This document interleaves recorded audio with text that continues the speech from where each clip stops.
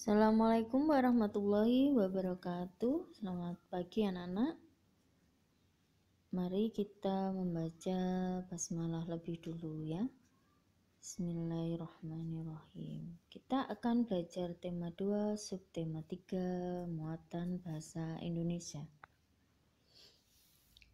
Menemukan informasi dan kosakata baru dalam teks.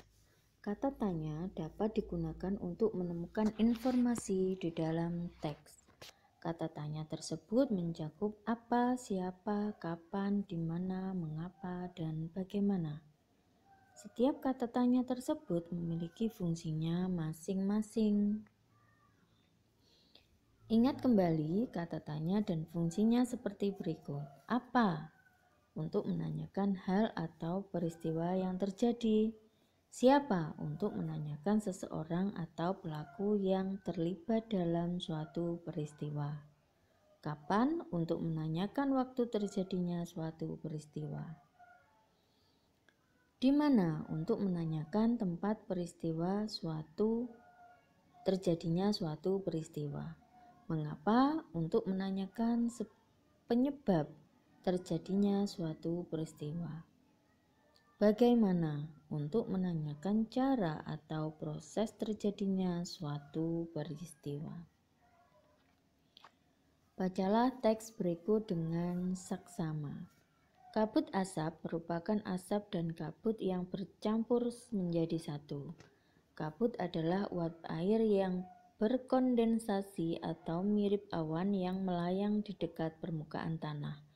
Sementara itu, asap adalah uap hasil pembakaran. Oleh karena itu, kabut asap termasuk dalam pencemaran udara. Dampak negatif kabut asap yaitu masalah kesehatan, pernafasan atau iritasi mata, hidung, dan tenggorokan. Untuk mengurangi dampak kabut asap, penggunaan masker dan kacamata sangat disarankan. Keduanya berguna untuk melindungi pernapasan dan mata selama beraktivitas di kawasan yang terkena dampak pencemaran kabut asap. Berdasarkan teks tersebut, kita dapat memperoleh informasi-informasi penting dengan mengajukan kalimat tanya seperti apa. Pertanyaannya, apa yang dimaksud dengan kabut asap? Jawabnya, kabut asap adalah merupakan asap dan kabut yang bercampur menjadi satu. Kemudian kata tanya lagi, bagaimana? Pertanyaannya, bagaimana cara mengurangi dampak kabut asap bagi manusia? Jawabnya, kita dapat menggunakan masker yang berguna untuk melindungi pernapasan. Selain kata tanya, kita juga dapat mendapatkan informasi dari kata-kata penting, kosakata penting yang terkait dengan teks. Kata-kata penting tersebut ada yang sudah kamu ketahui atau belum ketahui maknanya. Jika ada kata yang belum tahu maknanya, kamu harus menggunakan Kamus Besar Bahasa Indonesia atau KBBI. Berikut kosakata beserta maknanya yang terkait dengan teks di awal tadi. Contohnya kabut. Kabut itu maknanya awan lembab yang melayang di dekat permukaan tanah.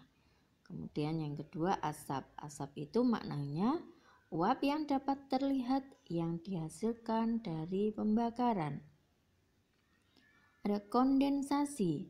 Maknanya perubahan uap air atau benda gas menjadi benda cair pada suhu udara di bawah titik embun. Kemudian ini ada menandai informasi pada teks yang dibaca kemudian menceritakannya. Agar dapat menjawab pertanyaan-pertanyaan yang diberikan, kita dapat menandai kata kunci yang kita temukan di dalam setiap paragraf.